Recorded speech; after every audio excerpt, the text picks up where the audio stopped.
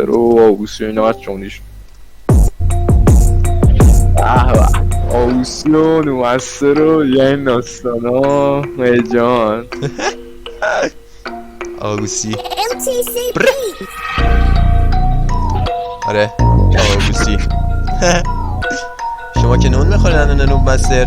یادتون باشه بینتون اساستر در وهم ما وحی آمد که تخیل به سر آمد حرف ما صدا نداشت دنیا واسه ما جا نداشت شرف واسه ما ندا نداشت سوختم شدید عجیب براش روز واسمون نور نداشت کار واسمون نون نداشت آقام واسم پول نداشت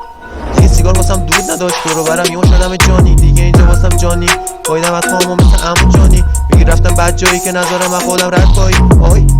مثل اینکه گذاشتم تو سراخ اشتباهی اب نداره کوچولو اینکه چیزی نیم ما کلا تو مسیر اشتباهیم ولی مثل اینکه گربه دست یه خورده ارتجایی اینا رو ولش خودت چه خبر دادا چی بابا من وقتی فشار رو رفتم گل کشیدم جفت رفیقم مامان بابا منو دیدن و زدن تحت سینم چشاشون یه ترسی دیدم آقام گفت به جا پسرم رفت بگا اونم واسه چی فقط به خاطر یه تحصیگاه داشتم منو فروخ بود در ریال حس حال رفت عشق حال بد تا اینکه بعد دمو دیدم یه عالم مرد که دوتا یادم دادن و همه بعد وقتی هم یادم رفت آقا تا بفرما